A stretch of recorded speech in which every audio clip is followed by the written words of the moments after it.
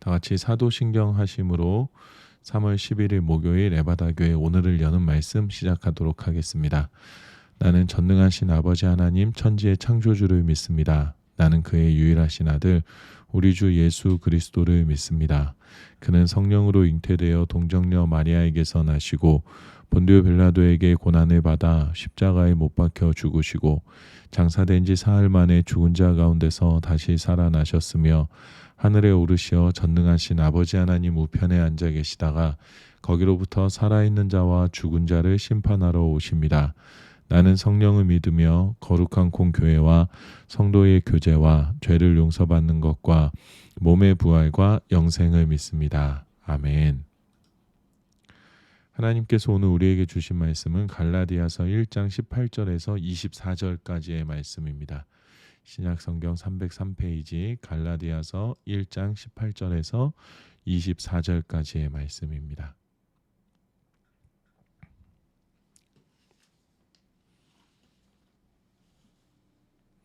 함께 읽겠습니다.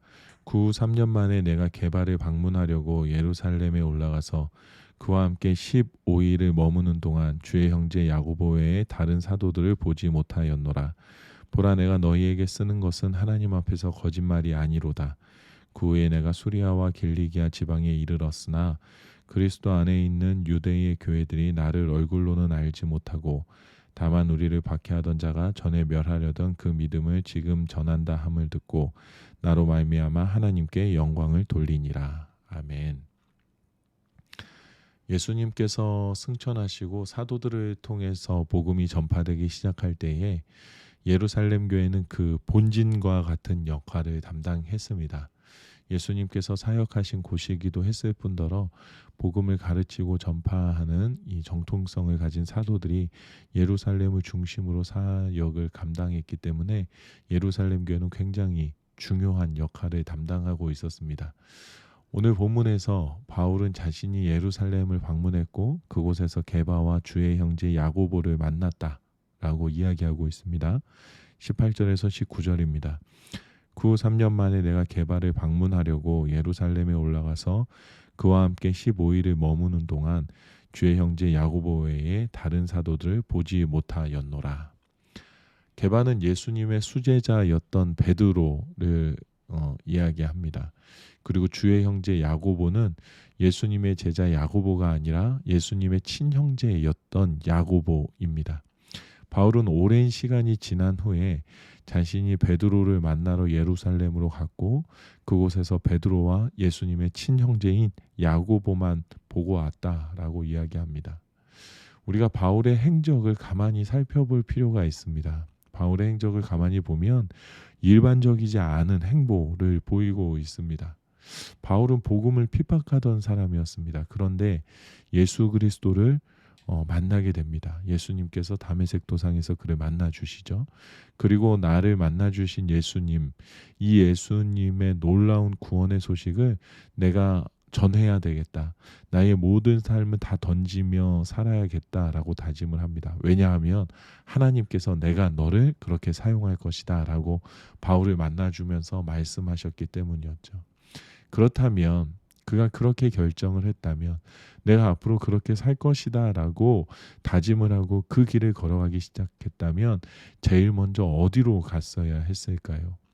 상식적으로 생각해 볼 때에 복음 전파의 본거지인 예루살렘으로 찾아가서 자신을 오해하고 있는 이들에게 내가 경험한 이야기를 들려주고 내가 교회의 일원으로서 공동체의 일원으로서 또 사도 가운데 하나로서 자격과 권위를 인정받고 그리고 복음을 전파하러 나가는 것, 그것이 옳은 순서였습니다. 바울이 아무리 예수님을 내가 만났다라고 해도 많은 유대인들, 유대계 그리스도인들, 예수님을 믿는 사람들은 저 사람은 우리를 피박하는 사람이고 복음을 믿는 사람을 다 제거하려고 하는 음모가 있을 수도 있다라고 오해받기에 충분했기 때문에 그 오해를 벗겨내는 것에 그리고 내가 정말 사도로서 권위를 인정받기 위하여서 애쓰는 것, 그것이 맞는 순서였습니다. 하지만 바울은 우리가 일반적으로 생각하는 상식적인 행보를 보이지 않습니다. 어제 우리가 나눈 말씀 17절에 보면 또 나보다 먼저 사도된 자들을 만나려고 예루살렘으로 가지 아니하고 아라비아로 갔다가 다시 다메섹으로 돌아갔노라. 그는 의도적으로 예루살렘으로 가지 않았습니다. 오히려 이 뜨거운 복음, 나의 마음에 찾아온 이 뜨거운 복음을 바로 전해야 한다라는 그 열정을 가지고 복음이 필요한 곳, 그 현장으로 나아갑니다. 그리고 그곳에서 복음 전파의 사역을 감당하기 시작합니다. 복음은 예수 그리스도께로부터 온 것이기에 사람에게 인정받는 것이 중요하지 않다라는 그 확실한 기준이 바울에게 있었다라는 것을 우리가 알 수 있습니다. 그 바울이 오늘 베드로와 야고보를 방문합니다. 방문의 목적은 너무나도 분명했습니다. 갑자기 마음이 변해서 자신의 사역의 성과를 보여주고 안 되겠다. 교회의 인정을 받아야 되겠다.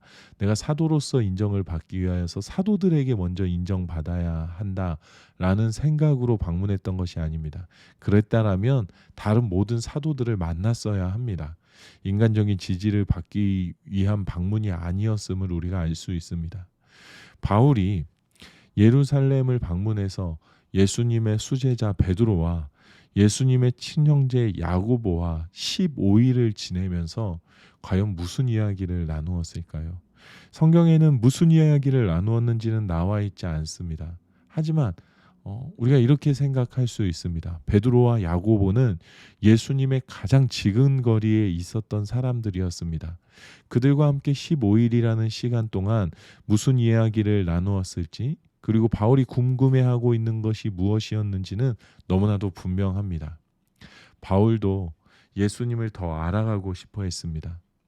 내가 비록 예수님의 부르심을 받고 복음을 받아들였지만 예수님께서 이 땅에 찾아오셔서 어떠한 삶을 사셨는지, 그가 어떠한 가르침을 주셨는지, 예수님은 어떻게 하나님의 말씀을 이해하고 그 하나님의 말씀을 우리에게 해석해 주시고 적용하셨는지에 대한 예수님에 대한 많은 것들을 알아가고자 하는 마음으로 베드로와 야고보를 만났던 것입니다. 그리고 그때 바울은 더 선명하게 예수님에 대한 사실들과 예수님에 대한 가르침들을 그 안에 바르게 정립해 갈 수 있었습니다. 바울이 예수님을 더 알기 위한 이 소망은 바울을 사용하시는 하나님을 통하여 복음이 이방인들에게 더 선명하고 분명하게 바르게 알려지게 되는 중요한 포인트가 됩니다. 바울은 20절에 이렇게 이야기합니다. 보라, 내가 너희에게 쓰는 것은 하나님 앞에서 거짓말이 아니로다. 여전히 바울의 사도권을 탐탁지 않게 여기는 이들에게, 그래서 거짓 교사들 이단에 빠져들어가고 있는 이들에게 내가 너희에게 전한 복음은 예수 그리스도를 통한 분명하고 확실한 복음이다. 이것이 진리이다라는 것을 그의 삶의 행적을 통해서 증명해내고 있습니다. 그냥 단순히 내가 예수를 만난 것만으로 너희에게 복음을 전한 것이 아니라 이 복음이 예수 그리스도의 가장 가까이에 있었던 베드로와 그의 친형제, 예수님의 친형제 야고보를 통하여서 예수님의 가르침을 받은 그 이야기들을 다 보았을 때에 이 복음이 정말 진리이다. 내가 거짓말로 내가 하고 싶은 이야기들을 하는 것이 아니라 내가 알고 있는 예수, 내가 알아가고 있는 예수, 하나님께서 보여주시는 그의 말씀들을 통하여서 이 복음이 참된 진리이다라는 것을 지금 바울이 말하고 있습니다. 바울이 그의 지난 날들을 회고하며 그의 행적과 또 이 만남을 설명함으로 바르게 정립된 예수님의 가르침을 통해서 절대로 이 복음에서 떠나지 말라고, 예수 그리스도를 통한 복음에서 떠나지 않아야 한다라는 것을 권고하고 있습니다. 바울은 또한 하나님께서 자신의 삶을 어떻게 사용하셨는지에 대해 설명합니다. 21절에서 24절입니다.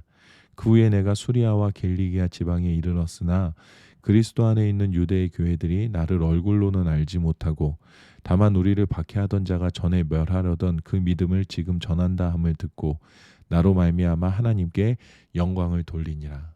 아멘. 바울의 변화된 삶은 그 어느 것으로도 설명할 수 없는 것이었습니다. 예수님께서 만나 주셨기 때문에 일어날 수 있는 변화였습니다. 많은 믿음의 사람들이 우리 안에서 우리가 상상조차 할 수 없는 방법으로 일하시는 하나님의 일하심에 감사하며 하나님께 영광을 돌렸음을 이야기하고 있습니다. 왜냐하면 그 복음의 증거로 바울이 눈앞에 서 있기 때문이었죠. 바울은 최선을 다해서 자신이 만난 예수님, 알게 된 예수님, 또 나를 통해 일하시는 하나님의 일하심을 그의 삶 자체로 증명해내고 있습니다. 다른 복음, 이단에 빠진 사람들과 거짓 교사를 따르는 이들로 하여금 다시는 예수 그리스도의 복음 가운데 그들을 다시금 예수 그리스도의 복음 가운데로 이끌어오기 위해서 온 힘을 다하고 있음을 우리가 볼 수 있습니다. 자신을 인정하지 않는 사람들과 자신을 신뢰하지 않는 사람들과 또 나를 떠나간 사람들과 나를 배반한 사람들을 향해 바울은 처음 복음을 전할 때의 마음으로 자신을 만나 주신 예수님의 이야기로 다시금 그들에게 복음을 바르게 세워가기 위해 애쓰고 있습니다. 마음 같아서는 바르게 믿건 안 믿건 그건 내 알 바 아니다. 나는 전하기만 하는데 최선을 다하면 된다라고 생각할 수 있지만 나를 무시하면 나도 똑같이 너를 무시할 거야 라고 할 수도 있겠지만 외면할 수도 있겠지만 바울의 복음에 대한 책임감은 끝까지 그들을 바르게 하나님께로 인도하는 데에 맞추어져 있음을 우리가 보게 됩니다. 바울의 이 열정은 예수 그리스도를 더 알아가고자 하는 소망에서 흘러나오고 있는 겁니다. 나를 인정하지 않고 배반하는 사람들에게 끊임없이 관심을 갖고 있는 것은 나를 향한 하나님의 사랑이 그러하셨다라는 것을 알고 있었기 때문에 하나님께서 나를 세우셨다라는 것을 내가 알아감에 있어서 나도 그 역시 같은 사랑을 흘려보내야 한다라는 것을 분명히 바울이 알고 있었다라는 것입니다. 우리도 복음에 빚진 사람들입니다. 복음의 책임감을 가져야 하는 사람들입니다. 내 안에 복음을 담아두기만 하는 것에 대하여서 부담감을 느껴야 하는 사람들이 많습니다. 복음이 살아 숨쉬기 위해선 예수를 더 알아가고자 하는 소망이 있어야 합니다. 그리고 나를 사랑하신 하나님의 사랑을 더 선명하게 알아가게 될 때 하나님께서 내 안에 담아주신 복음을 사용하시기 시작하실 줄 믿습니다. 예수 알아서 뭐하냐? 라고 말하는 사람들 있죠. 하나님의 사랑이 밥 먹여주냐? 그 신앙이 밥 먹여주냐? 라고 말하는 사람들이 있습니다. 우리의 신앙을 격려해주고 우리가 믿는 예수님을 함께 존경하고 사랑하는 사람들보다 우리에게 손가락질하는 사람이 더 많이 있습니다. 하지만 우리 안에 이 마음이 꺼져서는 안 됩니다. 예수를 더 알아가고자 하는 소망, 그리고 하나님의 사랑을 더 알아가고자 하는 그 소망, 그 소망이 우리 안에 더 가득해져야 할 줄로 믿습니다. 우리 안에 채워진 이 복음을 통해, 우리가 받아들인 이 복음을 통해 바울과 같이 복음을 핍박하던 이들에게조차도 하나님의 사람으로 만들어 가시는 하나님의 능력을 바라보는 그 은혜를 우리가 누리게 되기를 원합니다. 하나님께서 여전히 우리를 붙들고 계십니다. 우리가 더 예수님을 알아가고 더 하나님의 사랑을 누림을 통하여서 바울과 같이 우리를 부르신 대로 쓰시는 하나님을 경험하며 살아가게 되기를 우리 주님의 이름으로 축복합니다. 이 시간에 함께 기도하도록 하겠습니다. 우리 이 기도 제목으로 기도하겠습니다. 예수님을 더 알아가고자 하는 소망이 우리 안에 생기도록 하나님을 더 사랑하는 마음이 늘 내 안에 가득 차 있을 수 있도록 우리가 기도하면 좋겠습니다. 우리가 할 수 있는 것은 아무것도 없지만 우리가 할 수 있는 건 예수님을 더 알아가는 것, 또 하나님을 더 사랑하는 것, 그것을 우리가 이루고자 애써갈 때 하나님께서 그의 뜻하신 바 가운데 우리를 사용하실 줄로 믿습니다. 우리에게 이 소망과 이 알아감이 더욱더 가득하여지도록 우리 기도하면 좋겠습니다. 또 한 가지 기도할 것은 여러분 가까이 있는 믿지 않는 이들, 복음을 나누어야 하는 이들을 위하여서 우리 함께 기도하면 좋겠습니다. 나를 통하여서 그들에게 복음이 흘러갈 수 있게 해주십시오.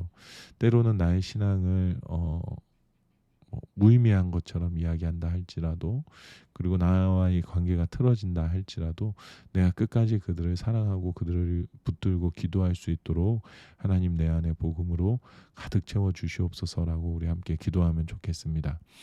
또 마지막으로 기도할 것은 사람에게 인정받고 또 세상에서 인정받는 것이 아니라 하나님께로부터 인정받는 나의 삶이 될 수 있도록 기도하면 좋겠습니다.